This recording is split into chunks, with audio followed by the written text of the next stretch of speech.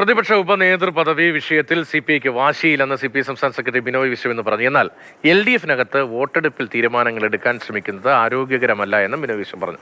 നിലപാട് പറഞ്ഞതുകൊണ്ട് ഘടകകക്ഷികൾ ശത്രുപക്ഷത്താവില്ലെന്നും ബിനോയ് വിശ്വം കൂട്ടിച്ചേർത്തു. CPIയുടെ വാതിൽ എല്ലാ കാലത്തും ചർച്ചയ്ക്ക് വേണ്ടി തുറന്നു വെച്ചിരിക്കും. എല്ലാ കാലത്തും. അപ്പോൾ വാതിലൂടെ CPM വരുന്നില്ല. അല്ല, CPI അതിനെ കുറ്റപ്പെടുത്തുന്നത് ഞങ്ങളില്ല. ഞങ്ങളുടെ ഏറ്റവും അടുത്ത അലൈ CPM ആണ്.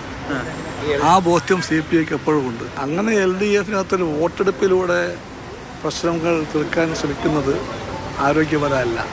അങ്ങനെ ഒരു നീക്കം നടക്കുന്നുണ്ട്. അങ്ങനെ നീക്കം ഉണ്ടെങ്കിൽ അത് ആരോഗ്യപരമല്ല. നിലപാട് പറയുന്നതുകൊണ്ടൊരു പാർട്ടിയെ CPI എന്ന് ഞങ്ങളുടെ പാർട്ടി ശത്രുവായി കാണില്ല. ഇതിൽ വെടിയും പുകയും ഒന്നുമില്ല. ഇത് രാഷ്ട്രീയ പ്രശ്നമാണ്. രാഷ്ട്രീയമായിട്ട് തീരും. അമൽ തേനമ്പറമ്പിലാണ് തിരുവനന്തപുരം. അമൽ, ഇതിനു മുമ്പ് ഇങ്ങനെ ഒരു പ്രതിസന്ധി ഉണ്ടായിട്ടില്ല. പിണറായി പറയുന്നത് ശരിയാണ്. അപ്പോൾ CPI അയയുകയാണോ? പ്രതിസന്ധി പരിഹരിക്കപ്പെടുമെന്ന സ്വരമാണോ ബിനോയ് വിശ്വത്തിന്റെ വാക്കുകളിൽ? വിട്ടുവീഴ്ചയില്ല എന്ന് വ്യക്തമാക്കുകയല്ലേ പ്രതിപക്ഷ നേതാവ്?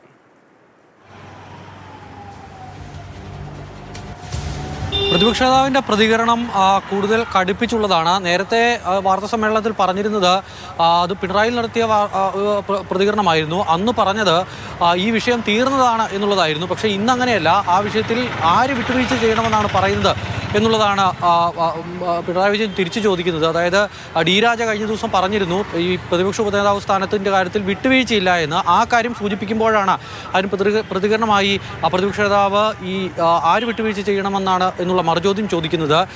പബ്ലിക് അക്കൗണ്ട്സ് കമ്മിറ്റി എന്ന് പറയുന്ന കമ്മിറ്റിയുടെ ചെയർമാൻ സ്ഥാനം സാധാരണ നിലയിൽ LDF അധികാരത്തിലുള്ളപ്പോൾ CPMഉം UDF അധികാരത്തിലുള്ളപ്പോൾ കോൺഗ്രസും ഒക്കെ വഹിക്കുന്ന ഒരു പദവിയുണ്ട്. ആ പദവി നൽകി ഒരു സെറ്റിൽമെൻറ്റിനുള്ള നീക്കം നടക്കുന്നുണ്ട് എന്നുള്ളതാണ് മനസ്സിലാക്കുന്നത്.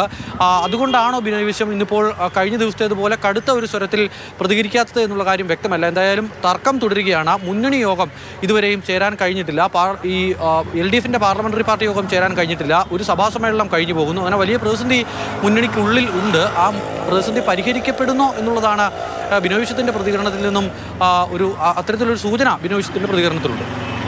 ശരി, ബിനോയ് വിശ്വത്തിൻ്റെ പ്രതികരണത്തിൽ ഈ പ്രതിസന്ധി അതായിരുന്നു CPI മയപ്പെടുന്നു എന്നൊരു തോന്നലുണ്ട് എങ്കിൽ പോലും CPIക്കുള്ളിൽ പ്രതിപക്ഷ ഉപനേതൃ പദവി നേടിയെടുക്കണമെന്ന ആവശ്യം സജീവമായി നിൽക്കുകയാണ്. കേന്ദ്ര നേതൃത്വമടക്കം അത്തരം അഭിപ്രായ പ്രകടനങ്ങൾ നടത്തുകയും ചെയ്തു. അതിനിടയിലാണ് സ്വരം ഘടിപ്പിച്ച് പിണറായി വിജയൻ ഇന്ന് രംഗത്ത് വന്നത്.